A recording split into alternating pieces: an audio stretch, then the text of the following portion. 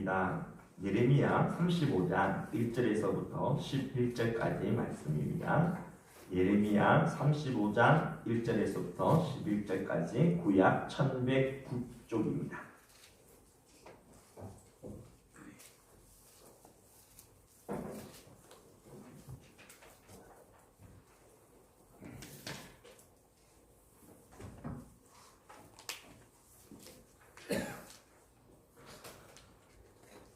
(35장) 1절에서부터 11절까지 우리 한 절씩 교독해서 우리 공독하겠습니다. 유다의 요시야 왕의 아들 여호야김 때에 여호와께로부터 말씀이 예레미야에게 임하여 이르시되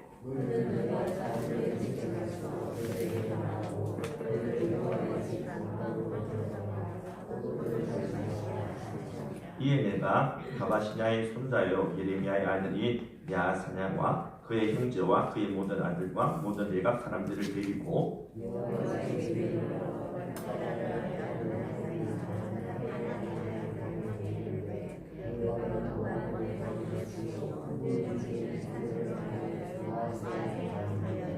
내가 외곽 사람들의 후손들 앞에 포도주가 가득한 중지와 술잔을 놓고 마시라 보라매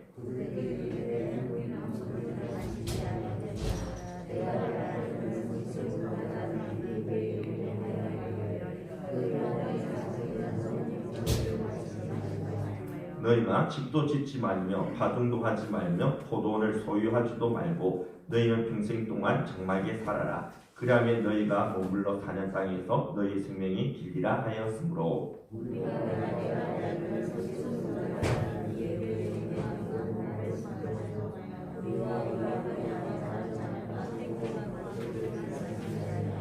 살집도 짓지 아니하며 포도원이나 밭이나 종자도 가지지 아니하고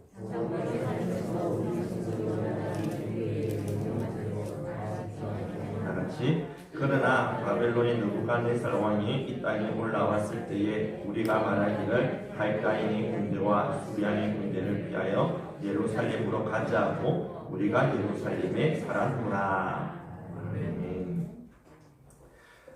이 시간 우리 정승희 선교사님, 정정수 본사, 정용록 우리 형제의 축송 듣겠습니다.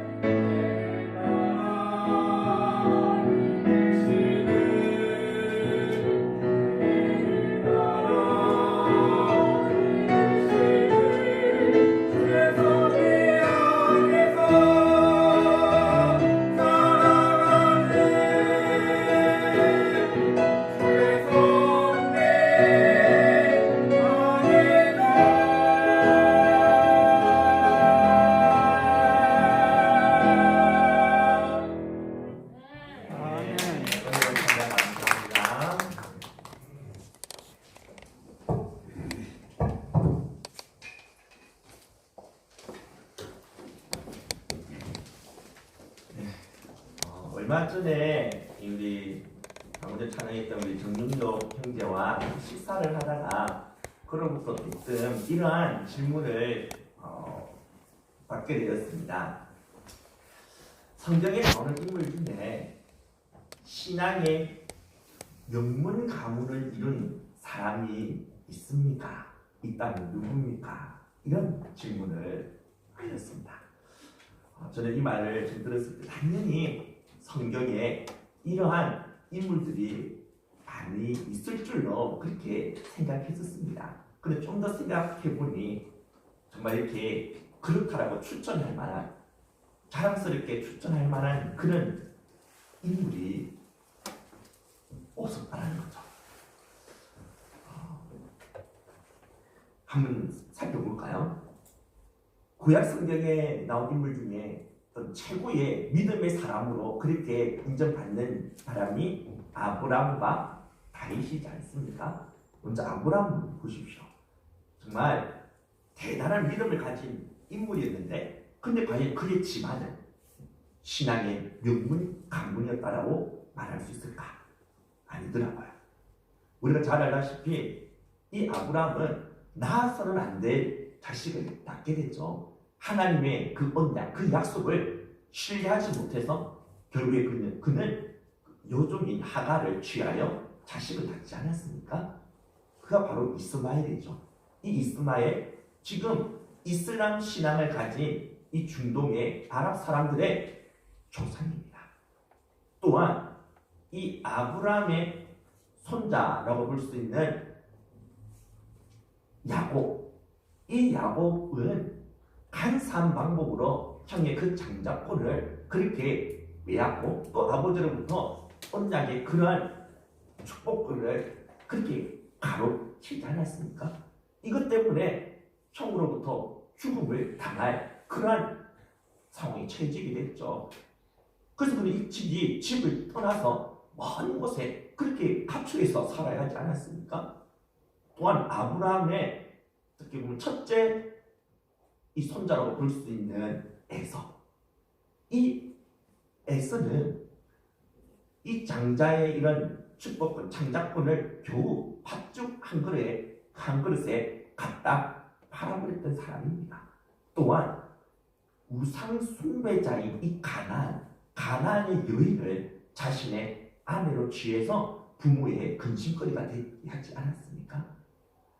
아브라함의 집안, 아브라함의 이 가문이 신앙의 위대한 명문 가문이다라고 말하기는 부족함이 있다는 거죠. 자, 그렇다면 하나님의 마음에 합한 자라는 인정을 들었던 다윗의 집안은 어떻겠습니까? 여러분, 다윗의 집안은 더 가관입니다. 우리가 잘 알다시피 이 다윗의 이 아들 중에 한 명이 자신의 누이를 검탈하지 않았습니까? 강간을 하죠. 또 이것 때문에 형제간의 살육이 이루어지게 되죠. 또한 그의 아들 중에 한 명은 아버지의 그 왕위를 찬탈하려고 쿠데타를 일으켜서 아버지마저 죽이려고 하지 않았습니까? 다윗의 집안 완전히 콩가루 집안이라 다를 바가 없다는 거죠. 이렇듯 개인적으로는 대단한 신앙을 가진 인물이었지만 그 신앙이 자손 대대로 계속해서 계승되어져서 아름다운 그런 위대한 신앙의 명문 가문을 이룬 그런 경우를 성경에서 쉽게 찾아볼 수가 없습니다. 근데 전혀 없는 것이 아닙니다. 심지어 하나님마저 인정해준 위대한 신앙의 명문 가문을 이룬 사람이 있다라는 것이죠. 그 사람이 누구냐면 바로 오늘 우리가 읽은 본문에 등장하는 레갑입니다. 레갑은 아브라함의 후손이 이스라엘 사람이 아닙니다. 그는 개인족 속의 사람이죠. 이방인입니다. 그런데 그가 하나님에 대한 이 신앙을 갖게 되었습니다. 너무나도 이 신앙이 귀하다는 사실을 깨닫게 된 그는 자신의 아들 요나답을 철저하게 신앙으로 훈련시킵니다. 철저하게 여호와 신앙으로 양육하고 훈련시키게 되죠. 그래서 아버지로부터 이제 이 귀한 신앙의 유산을 물려받게 된 그의 아들 이 요나답은 자기 때에 이 신앙이 끊어지는 것이 아니라 자기 자손 대대로 이 귀한 여호와에 대한 이 신앙, 이 믿음이 계승되어지도록 하기 위하여 일종의 생활신조를 만들게 됩니다.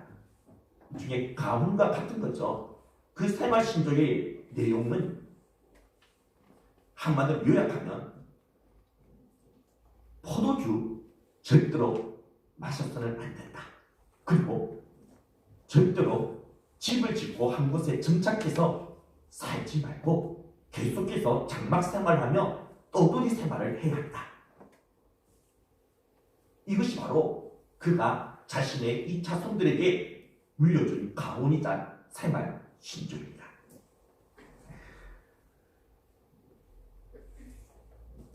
여러분, 이 시대에 지금도 마찬가지겠지만 이러한 생활 신조를 그대로 지키며 따른다는 것은 정말 힘들고 어려운 일이 아닐 수가 없었습니다. 먼저 포도주를 마시지 않는 것부터 한번 생각해 볼까요? 이스라엘 땅은요, 비가 잘 내리지 않습니다. 비가 잘 내리지도 않을 뿐더러 어쩌다 이렇게 비가 내려도 이 토양의 특성상 물이 땅속으로 잘 스며들질 않아 지하수나 우물을 찾기가 정말 어렵습니다. 어떻게 해서 지하수를 그렇게 찾았다 하더라도 그 물은 석회 성분이 많이 함유되어져 있기 때문에 식수로 문제가 있다는 것이죠. 이러한 석회 성분의 그런 물을 마시게 되면 몸에 담석진과 같은 그런 병에 걸리게 된다는 겁니다. 그래서 이 팔레스틴 땅에서 살아가는 사람들은 식수 대용으로 포도주를 만들어서 이 포도주를 마시게 되어졌던 것이죠. 또한 이 포도주는 맛있지 않습니까? 포도주는 식욕을 돋구기도 하고 또한 마시면 기분도 좋아지게 하죠. 근데 이러한 이 포도주, 정말 이것을 마시지 못하게 하는 것, 이거 너무 지나친, 너무 가혹한 요구라고 그렇게 생각할 수 있지 않겠습니까? 두 번째로 요나답은 그의 후손들에게 집을 지어서 한 곳에 정착해서 살지 못하게끔 계속해서 떠돌이 생활을 하게끔 그렇게 명령을 하였습니다. 이것 또한 그들에게 고통스러운 요구가 아닐 수가 없는 것이죠. 사람이라면 모두 한 곳에 정착해서 좋은 집, 근사한 집을 짓고 그곳에서 편안하게 안락하게 살아가는 것을 다 꿈꾸고 있지 않습니까? 우리 집에 이 주혁의 아들도 친구 집에 그 크고 좋은 집을 보고는 내가 빨리 돈 많이 벌어서 이 집 내가 사서 이곳에서 평생 살겠다, 뭐 이렇게 이야기를 할 텐데요. 중딩도 집을 마련하는 것을 꿈꾸고 그것에서 편안하게 살아가고자 하는 마음이 있는데 하물며 어른들이 자신의 집을 갖고 그곳에서 어찌 편안하게 안락하게 살고 싶어 하지 않겠습니까? 그렇다면 왜 요나답은 이렇게 지키기도 힘든 이런 가혹한 명령을 그의 후손들에게 내렸을까요? 이를 알기 위해서는 이러한 명령을 내린 요나답이 어떠한 인물이며 어떠한 상황 속에서 이러한 명령을 하게 되어졌는지를 우리는 살펴볼 필요가 있습니다. 요나답은 여호와에 대하여 열심히 특심하였을 뿐만 아니라 그 누구보다도 우상 숭배의 심각성을 잘 알고 우상 숭배에 대하여 그렇게 경각심을 가지고 있었던 인물이었습니다. 그래서 북이스라엘의 이 예후와 함께 바알 숭배자들을 숙청하는 일을 했을 뿐만 아니라 이런 바알 신전과 그런 바알 우상들을 제거하고 무너뜨리는 일에 앞장섰었죠. 그러나 그가 기대했던 여호와 신앙의 이 온전한 이 회복이 그 땅에 이루어지지를 않았습니다. 얼마 가지 않아서 다시 이 바알 우상 숭배가 정말 이 이스라엘 땅에 만연하게 되어진 것이죠. 그래서 그는 자신의 이 가족과 자신의 이 집안, 자신의 이 후손들만이라도 이렇게 이 땅에 만연해 있는 이 바알 우상 숭배에서부터 벗어나서 오직 여호와 하나님만을 섬기기를 원했고, 어떻게 하면 이것이 가능할까 고심을 하다가 그가 내린 결론이 바로 포도주를 마시지 않는 것, 그리고 한 곳에 정착해서 살지 않는 것으로 그렇게 결론을 내려 이런 명령을 그들의 후손에게 전해주게 되어진 것이죠. 여러분은 우상 숭배와 포도주를 마시는 것이 무슨 상관이 있는지 아마 의아해하실지 모르겠습니다.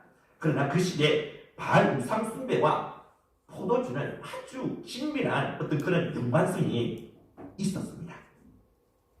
바알을 숭배했던 이 가나안 사람들은 그들 농사를 짓는데 절대적으로 이 피를 누가 내려주느냐, 이 피를 관장하는 신이 누구냐 하니까 바알이라고 그렇게 믿고 있었습니다. 그런데 바알이 어떻게 해서 이 피를 이 땅에 내려주느냐 하면 바알이 자신의 아내, 자신의 이런 아내라고 볼 수 있는 아세라 여신과 부부관계, 성관계를 맺게 되어지면 하늘에서 비가 내리게 된다라고 그렇게 그들이 믿었다라는 것이죠. 그래서 이 바알이 비를 내려주도록 하기 위해서는 이 바알을 자극시킬 필요가 있었다라는 것입니다. 부부관계를 갖도록 하기 위해서 뭔가 성적인 자극을 줘야 되는데 이를 위해서 그들은 바알 신전 안에 여사제를 두게 되죠. 홀리 프라스티튜트, 거룩한 창녀라는 그러한 사제들을 신전에 두고는 이 여사제들과 우상숭배자들, 이 예배자들이 그곳에서 음란한 짓을 벌이게 되는 겁니다. 근데 여러분, 공개적인 그 자리에서, 다른 사람들이 보는 자리에서 그러한 음란한 짓을 맨정신으로 할 수는 없지 않겠습니까? 알코올의 도움이 필요했던 것이죠. 그래서 그들은 이런 짓을 벌이기 전에 먼저 그들은 포도주를 마시고 술을 마시면서 취해만 했던 것입니다. 이렇게 술을 마시고 취하고 이런 엉탕한 짓, 음란한 짓을 벌이는 이것이 그들에게 있어서 예배였던 것이죠. 바알을 숭배하는 일종의 의식이었던 것입니다. 자, 그런데 포도주를 마시지 못한다면, 포도주를 안 마시게 된다면 이런 바알 숭배의 자리에 낄 수도 없다라는 것이죠. 이 사실을 알고 있었던 요나답이 자신의 후손들이 이 바알 숭배를 아예 들어가지 못하도록, 그곳에서 이런 우상 숭배의 음란한 짓을 벌이지 못하도록 하기 위해서 포도주를 마시지 말라고 그렇게 명령을 내렸던 것입니다. 그리고 요나답이 그들의 후손들에게 집을 짓지 말고 장막 생활을 하라고 한 이유도 이 우상 숭배와 관련되어 있음을 알 수가 있습니다. 이스라엘 이 백성들이 언제부터 이 바알을 그렇게 본격적으로 숭배하며 섬기게 되어졌느냐 하면 그들이 이 가나안 땅에 들어와서 이곳에서 정착해서 농경 생활을 할 때부터 이들은 이 바알을 숭배하게 되어진 것이죠.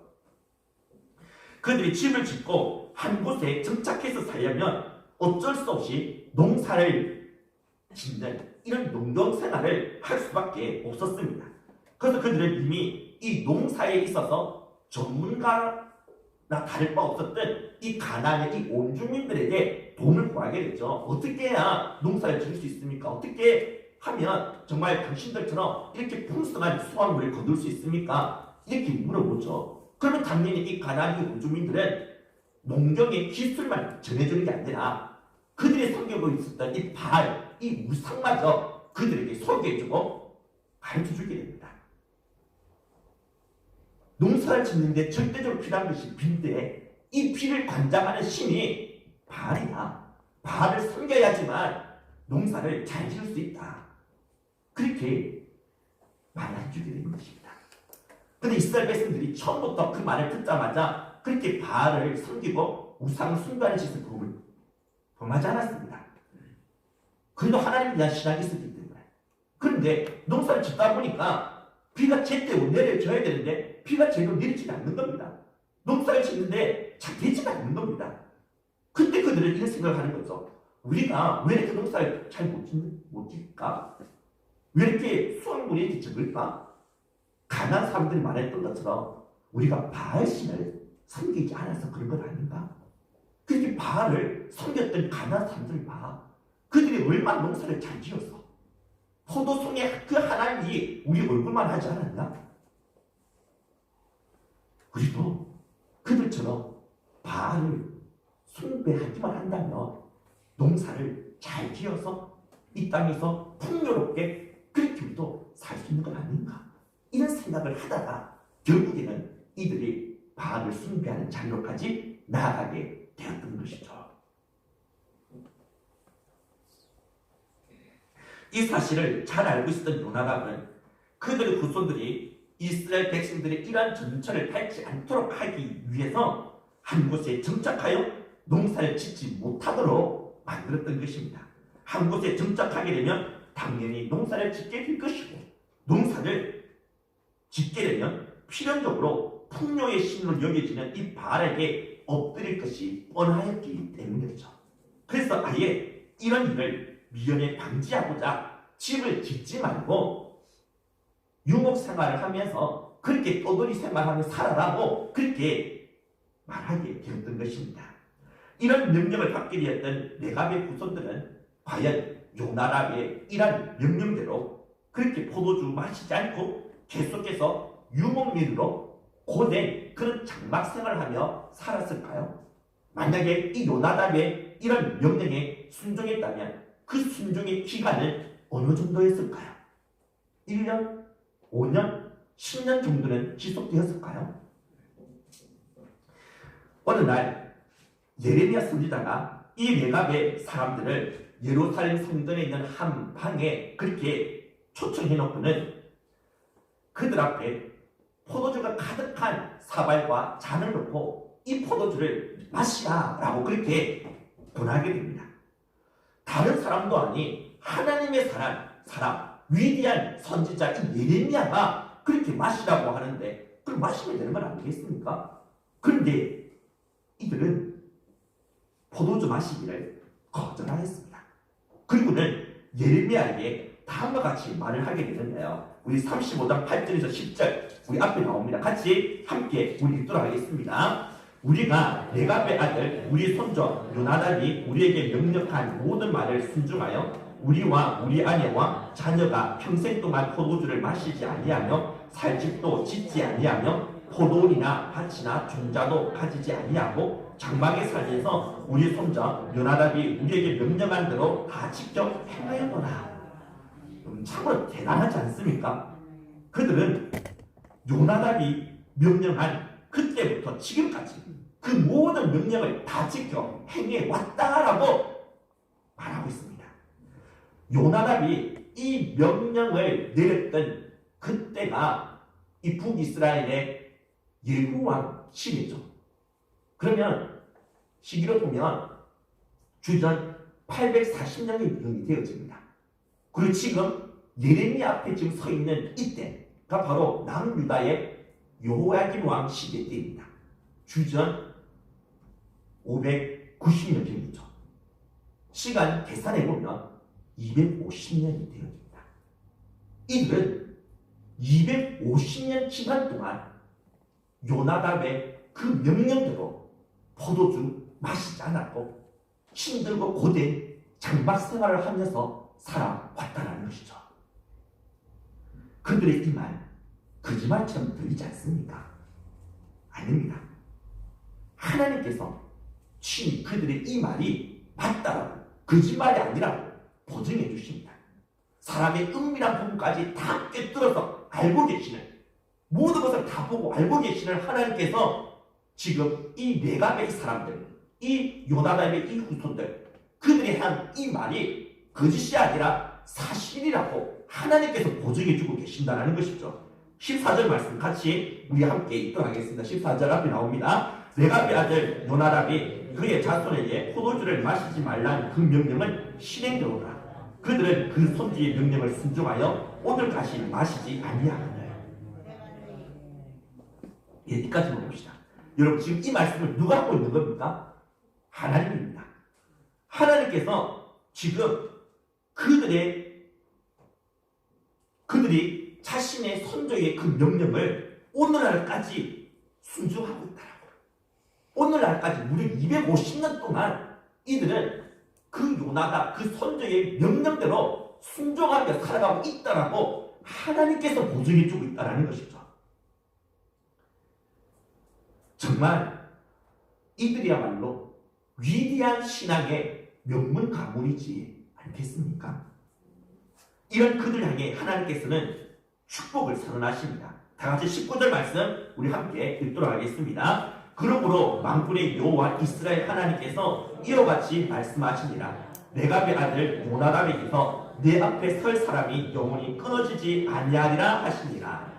하나님의 이 축복의 이 말씀처럼 레갑의 후손들은 그 가문이 계속해서 보존되어졌을 뿐만 아니라 하나님 앞에서 하나님을 섬기는 그 영광을 누리게 되어졌다는 것입니다.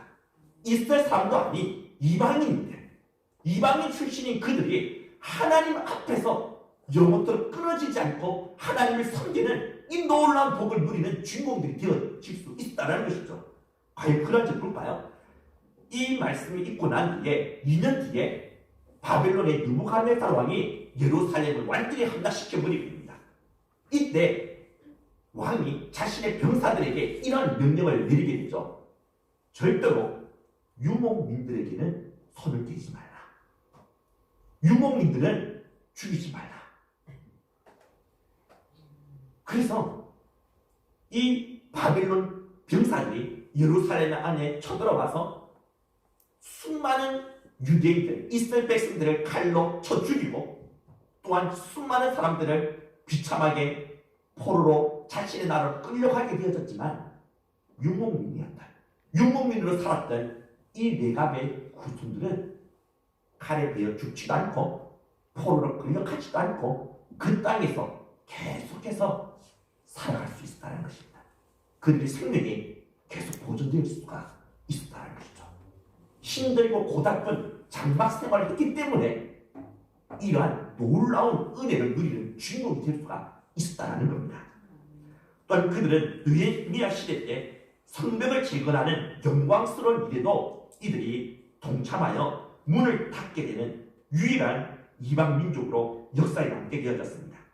같은 이스라엘의 그 피를 물려받았던 사마리아 사람들도 이 성벽 재건 공사에 동참하고 싶어도 동참할 수 없었습니다. 그런데 이방인이었던 이 레갑의 사람들, 그들은 이 영광스러운 하나님의 이 성벽 재건 사역에 동참하는 그런 놀라운 은총, 놀라운 그런 영광을 누리는 주인공이 될 수가 있다는 것이죠. 심지어 신약시대에 와서도 그들이 하나님의 아들, 곧 하나님과 동일하신 예수 그리스도 앞에 서게 되는 최초의 사람들이 되어졌습니다. 예수님이 이 땅에 태어나셨을 때 최초로 예수님께 나와 경배했던 자들이 양을 치는 목자들이지 않습니까? 여러분, 이 목자들이 누구냐면 바로 레갑의 후손들이라 말할 수가 있습니다. 레갑의 후손들이었을 가능성이 엄청 높습니다. 왜 그런지 보면요, 느헤미야 3장 14절을 보면 베타게렘이라는 이 지명이 등장합니다. 베타게렘, 이 지역은요 예루살렘과 베들레헴 사이에 있는 지역입니다. 근데 이곳을 레갑의 아들인 말기야가 다스렸다라고 성경에서 말하면서 볼 수가 있습니다. 그래서 전통적으로 대대로 이 지역, 이 베들레헴 이 근처에 있는 이 지역을 레갑의 후손들이 그렇게 유목 생활을 하면서 이곳에서 살았다라고 그렇게 알려지고 있는 것이죠. 자, 그렇다면 이렇게 아기 예수님을 경배했던 베들레헴 근처에 있었던 이 목자들, 바로 레갑의 후손들, 레갑의 목자들이었을 가능성이 엄청 높은 것이죠. 그 대부분의 학자들은 최초로 예수님 앞에 무릎을 꿇고 경배했던 이 목자들은 레갑의 후손이다라고 이렇게 주장하는 것을 볼 수가 있습니다. 이와 같이 레갑의 후손들은 위대한 신앙의 명문 가문을 이루어서 하나님부터 놀라운 이런 복을 받아 누릴 수 있게 되어졌습니다. 레갑의 가문은 비록 화려하지도 않고 또한 세상적으로 많은 재물이나 어떤 힘이나 권력을 지닌 그런 가문은 아니었지만 하나님 보시기에 정말 아름답고 복된 가문이었음에는 틀림없다는 것이죠. 하나님이 인정해 주시는 위대한 신앙의 명문 가문이라 말할 수가 있는 것입니다. 여러분, 우리들도 내가 이 가문처럼 하나님 앞에 설 사람이 영혼이 끊어지지 않는 위대한 신앙의 이 명문 가문을 이루어야 하지 않겠습니까? 이를 위해 우리에게 요청되는 바가 있습니다. 반드시 우리가 실천해야 될 두 가지 사항이 있다는 것이죠. 첫 번째는 우리도 이 내각과 요나답처럼 철저하게 바알 우상 숭배를 배격해야 합니다. 오늘 이 시대에도 바알 신은 죽지 않고 여전히 살아 있습니다. 지금도 여전히 수많은 사람들이 지금 바알을 숭배하고 있다는 것이죠. 바알은요, 풍요와 쾌락의 신입니다. 이 세상은 여전히 물질의 풍요와 쾌락을 최고로 중요하게 여기면서 이것들을 얻기 위해서는 자신의 이 영혼마저 제물로 바치면서 이런 쾌락과 풍요의 신인 바알 앞에 무릎을 꿇고 살아가는 모습을 볼 수 있다는 것이죠. 그런데 이 바알 이 우상의 껍질을 벗겨버리면 그 속에 무엇이 있는지 아십니까? 바로 우리 자신이 그 안에 있다는 것이죠.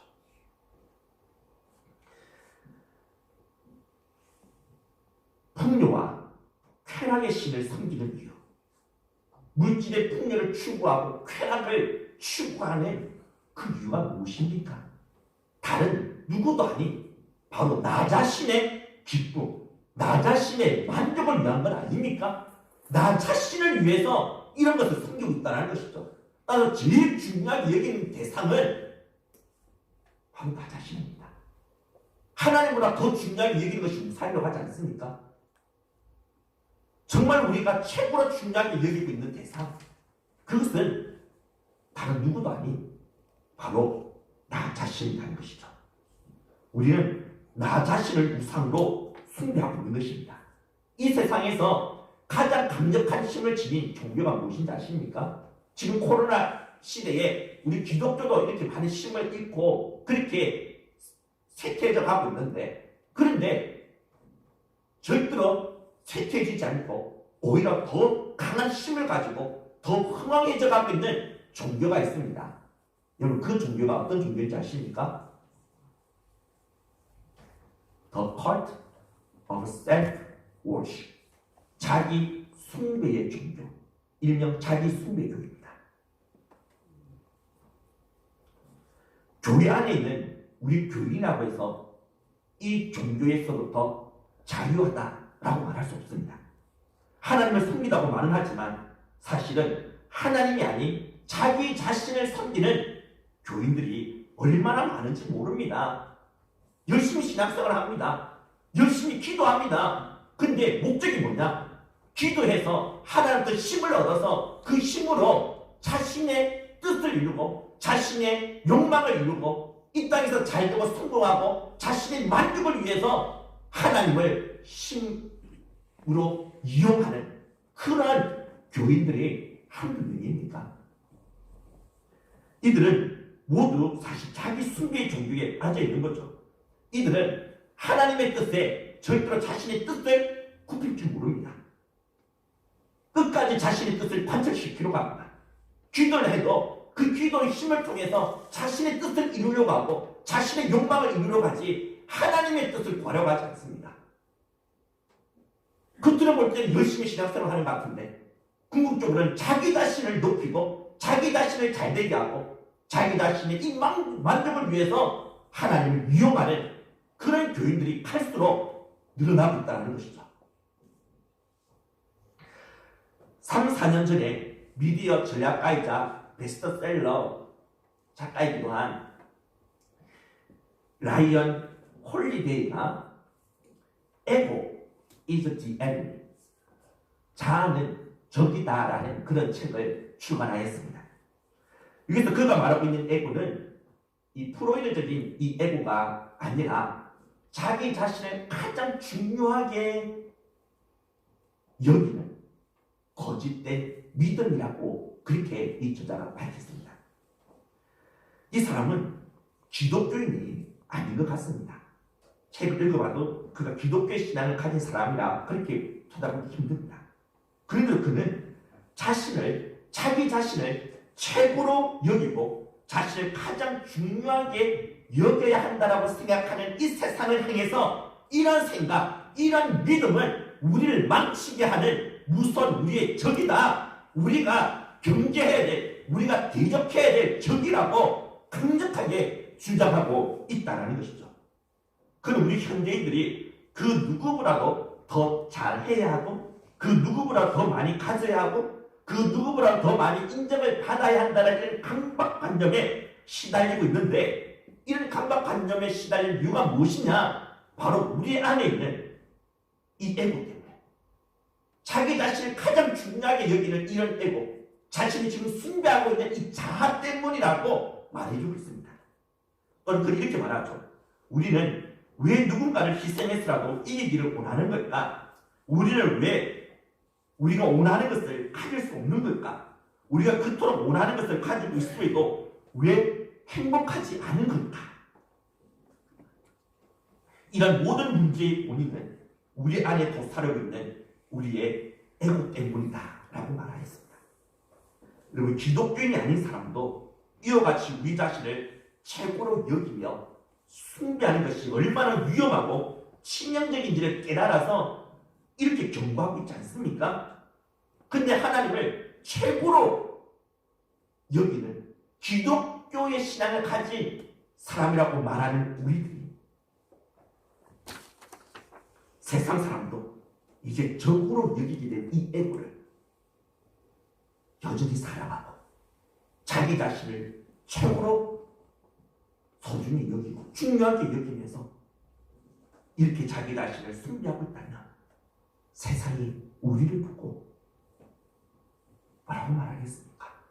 세상이 우리를 이제 무시하고 세상이 우리를 향해 손가락질하지 않겠습니까? 우리가 나 자신을 지금 숭배하고 있는 자기 숭배교에 빠져있다는 사실 쉽게 우리는 확인해 볼 수 있습니다. 여러분, 우리는 나의 이 몸을 진짜 중요하게 여기지 않습니까? 나 자신의 이 건강을 위해서는 돈 아까워하지 않죠. 시간 아까워하지 않습니다. 내 몸, 내 건강을 위해서는 우리가 그 어떠한 돈을 쏟아부어도 전혀 아깝다고 생각하지 않고 정말 나의 이 몸의 건강을 위해서 나의 육체를 위해서 우리가 모든 힘을 다 쏟으면 가장 중요하게 여기고 있음을 볼 수가 있죠. 맞습니다. 당연히 하나님께서 우리에게 주신 이 육체, 이 몸 우리는 아끼고 사랑하고 잘 가꾸고 관리해야 합니다. 건강하게 우리는 관리해야 될 책임이 있습니다. 그런데 내 몸은 이렇게 아끼고 중요하게 여기는데 주님의 몸은 어떻습니까? 주님의 몸인 교회는 어떻습니까? 내 몸은 이만큼 아끼고 소중히 여기는데 주님의 몸인 이 교회는 그만큼 사랑합니까? 그만큼 이 교회를 소중히 여깁니까? 중요하게 여깁니까?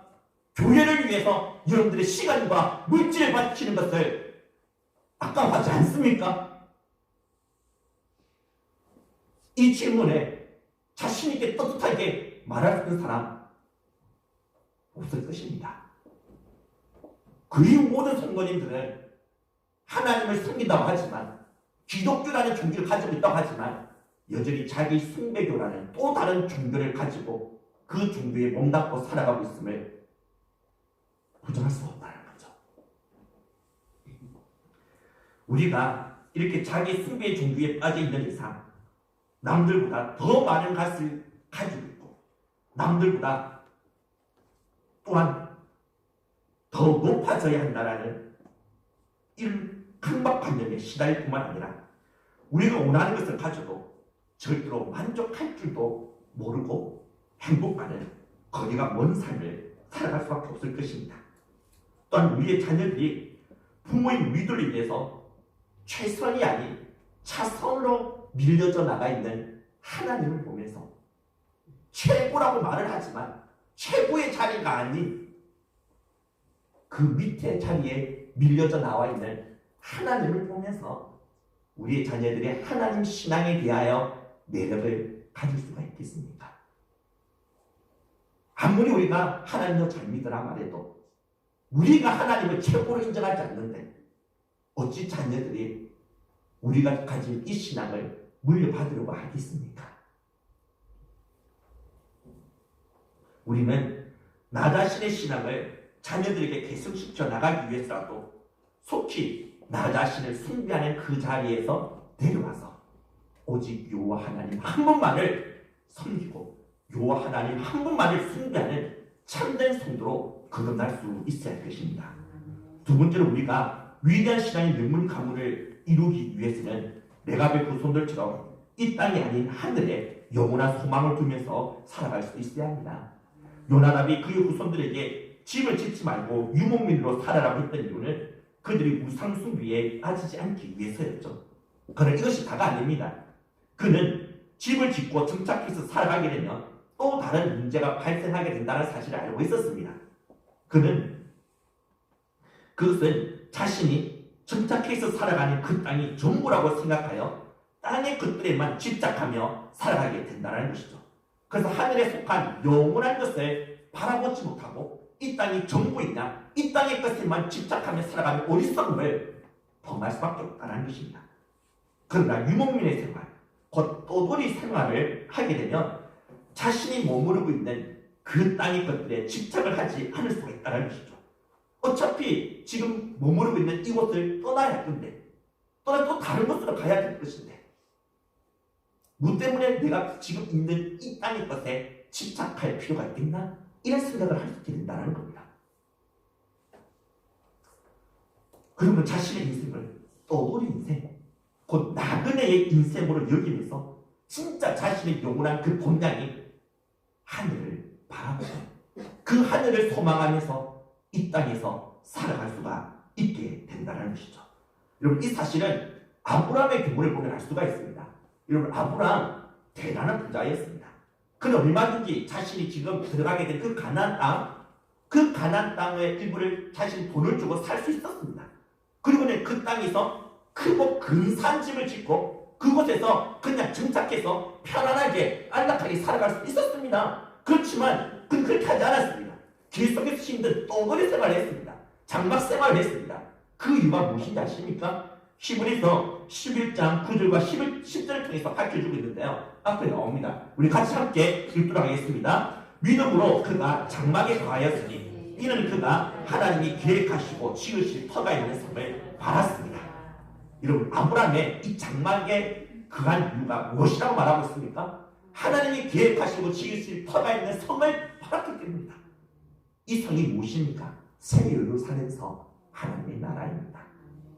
그는 하나님의 이 나라, 영원한 하늘을 소망하며 그것을 바라보며 살아가기 위해서 의도적으로 이불로 힘든 장막 생활을 선택했다는 것입니다. 한 곳에 정착해서 살지 않고 장막에 거하면서 떠돌이 생활, 나그네 생활을 하는 것이 영원한 하늘의 소망을 두며 살아가는 것과 아주 깊은 연관성이 있음을 볼 수가 있는 것이죠.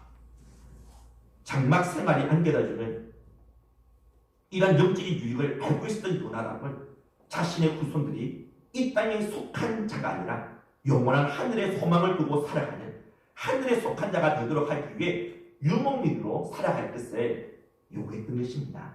그리고 그들은 실제로 이런 장막 생활, 곧 떠돌이 생활을 하였기 때문에 하늘의 소망을 두면서 이 땅의 죄악된 문화에 물들지 아니하고 고귀한 이 신앙의 이 유산을 찾아 손손대도록 길 속에서 물려줄 수가 있었던 것이었죠. 그렇다고 우리들도 레갑의 후손들처럼 유목민의 생활, 떠돌이 생활을 해야 한다? 그건 아닙니다. 우리가 사는 이 사람 사회에서는 우리가 어쩔 수 없이 한 곳에 정착해서 살아갈 수밖에 없습니다. 그렇지만 우리가 한 곳에 정착해서 살아간다 하더라도 우리의 이 시선만큼은 항상 영원한 하나님의 나라, 그 하늘을 향하여 바라보며 살아갈 수 있어야 한다는 것입니다. 이 땅은 우리의 영원한 본향이 아닙니다.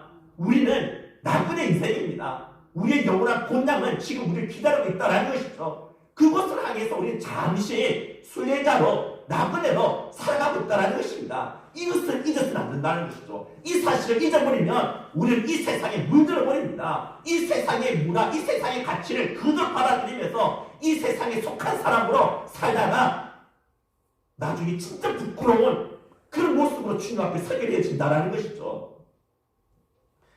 술과 순대, 돼지 족발 팔아서 집이 5채나 되고 강남에 빌딩 한 채와 15만 평의 땅을 가지고 있었던 장충단 과부 할머니는 죽을 때 자녀를 놓고 자녀들 다 불러 모아놓고는 마지막으로 유언을 남겼다고 합니다. 남의 귀에 들릴까 말까 하는 그 작은 소리로 마지막으로 남겼던 그 말이 무엇인지 아십니까? 돼지고기는 얇게 썰어라. 마지막으로 자식들에게 남겨준 유언입니다. 그렇게 많이 가지고도 아직도 욕심이 남아서 자식들이 돼지고기 두껍게 썰어서 손에 볼까봐 얇게 썰으라고 했다고 합니다. 그 많은 재산 중에서 단 10원도 못 가지고 가면서 말입니다. 이렇게 하늘에 소망을 두지 못하고 이 땅의 것에만 집착하며 살아가는 땅에 속한 사람들은 이 할머니처럼 한평생 헛된 탐욕의 노예로 살다가 죽을 때는 아무것도 손에 쥔 것 없이 정말 허무하게 인생을 마감하게 되어진다는 것입니다. 언젠가 다 썩어 없어질 것만을 위해 한평생을 수고하며 고생하며 살아간다면 이 사람만큼 불쌍하고 가난한 사람이 어디 있겠습니까? 우리는 결코 이 땅에 속한 자로 살아가지 말도록 합시다. 언젠가는 썩어 없어질 것만을 바라보고 사는 것이 아니라 영원하고 변치 않는 그 하나님의 나라, 그 하늘에 소망을 두고 하늘의 그 영혼의 세계에 잇대어서 이 땅에서 살아갈 수 있는 저와 여러분들이 되었으면 합니다. 그래야지만 우리의 이 신앙이 변질되지 않습니다. 우리의 이 신앙이 더럽혀지지 않는다는 것이죠. 그래야지만 우리의 이 신앙이 자손들에게 계속해서 계승되어질 수가 있게 된다는 것입니다. 정말 우리가 신앙의 위대한 영문 가문을 이루기를 진정 원한다면 우리의 시선은 오직 하늘을 바라보고 오직 여호와 하나님만을 최고로 중요하게 여기면서 하나님을 진정 섬기는 참된 주님의 백성이 되어질 수 있기를 주님의 이름으로 축복합니다.